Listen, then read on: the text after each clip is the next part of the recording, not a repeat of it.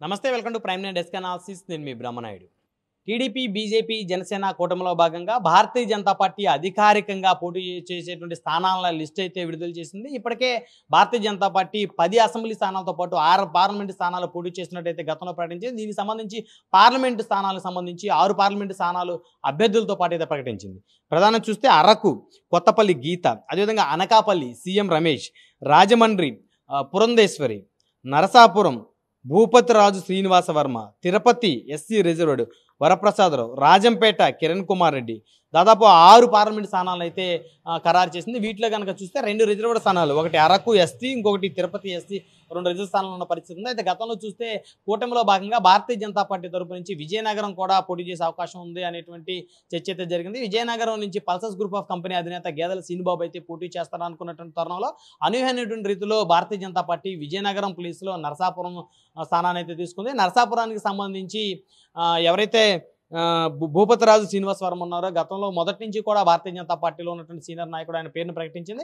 ఇక్కడ రఘురామకృష్ణరాజుకి ఇస్తారనుకున్నప్పటికీ కూడా చివరి నిమిషంలో భూపతిరాజు శ్రీనివాస వర్మకి అయితే భారతీయ జనతా పార్టీ టికెట్ అయితే కేటాయించింది. అయితే విజయనగరం పార్లమెంటు అనూహ్య రీతిలో తెలుగుదేశం పార్టీయే పోటీ చేస్తున్నటువంటి పరిస్థితి కనపడతా ఉంది. విజయనగరం పార్లమెంటు సీటుకి సంబంధించి పల్సస్ గ్రూప్ ఆఫ్ కంపెనీ అధినేత గేదెల సీనుబాబు ఇప్పటికే తెలుగుదేశం పార్టీ అధినేత నారా చంద్రబాబు నాయుడుతో అయితే భేటీ అయినట్టు తెలుస్తూ ఉంది. అయితే మొదటి నుంచి కూడా తాను నిరుద్యోగుల సదస్సుకు సంబంధించి, అదేవిధంగా రైతు సదస్సుకు సంబంధించి ఉత్తరాంధ్ర వ్యాప్తంగా తాను చేసినటువంటి సేవా కార్యక్రమాలన్నీ కూడా మాజీ ముఖ్యమంత్రి టీడీపీ అధినేత నారా చంద్రబాబు నాయుడు వద్ద అయితే ప్రస్తావించినట్టు తెలుస్తుంది. గతంలో చూస్తే గేదెల సీనుబాబు ఉత్తరాంధ్ర జనసేన పార్టీ ఇన్ఛార్జిగా కూడా వ్యవహరించారు. ఉత్తరాంధ్రలో ఉన్నటువంటి అనేక ప్రాంతాలతో గేదెల సీనుబాబుకి అయితే మంచి సత్సంబంధం ఉన్నటువంటి పరిస్థితి ఉంది. అదేవిధంగా తూర్పు కాపు సామాజిక వర్గానికి చెందినటువంటి నేత అవటం, ఈ తూర్పు కాపులకు సంబంధించి ఉత్తరాంధ్రలో 2 పార్లమెంటు స్థానాలు వైఎస్ఆర్ కాంగ్రెస్ పార్టీ ప్రకటించడం, అదేవిధంగా దాదాపు 8 అసెంబ్లీ స్థానాలను వైఎస్ఆర్ కాంగ్రెస్ పార్టీ తూర్పు కాపులకి ఉత్తరాంధ్రలో ప్రకటించిన తరుణంలో ఇక్కడ టీడీపీ, బీజేపీ, జనసేన కూటమికి సంబంధించి తూర్పు కాపులకి టికెట్లు విషయంలో ప్రాధాన్యత లేదు అనేటువంటి అంశాన్ని కూడా గేదెల సీనుబాబు చంద్రబాబు నాయుడు వద్ద ప్రస్తావించినట్టు తెలుస్తూ ఉంది. అయితే చంద్రబాబు దీనికి సానుకూలంగా స్పందించినట్లయితే తెలుస్తూ ఉంది.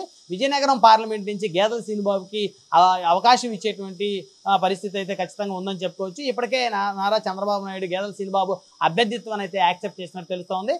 విజయనగరం పార్లమెంట్ నుంచి గేదెల సీనుబాబు పేరునైతే దాదాపుగా చంద్రబాబు నాయుడు అయితే ఖరారు చేసినట్టు తెలుస్తుంది. అయితే దీనికి సంబంధించి జనసేన అధినేత పవన్ కళ్యాణ్ మద్దతు కూడా గేదెల సీనుబాబుకు ఉండటంతో టీడీపీ, బీజేపీ, జనసేన కూటమికి సంబంధించి గేదెల సీనుబాబు అభ్యర్థిత్వాన్ని అయితే ఎవరు కూడా వ్యతిరేకించే పరిస్థితి అయితే లేదన్నట్టు తెలుస్తోంది. గేదెల సీనుబాబు భారతీయ జనతా పార్టీ సీనియర్ నేతలతో కూడా సంబంధాలు ఉన్నటువంటి పరిస్థితి ఉంది. గతంలో అనేక పర్యాయాలు పురంధేశ్వరితో కూడా చర్చలు జరిపిన పరిస్థితి ఉంది. అదేవిధంగా గేదెల సీనుబాబు ఢిల్లీలో భారతీయ జనతా పార్టీ అధిష్టానానికి సంబంధించి జేపీ నడ్డా కానీ అమిత్ షాని కానీ కలిసిన పరిస్థితి ఉంది.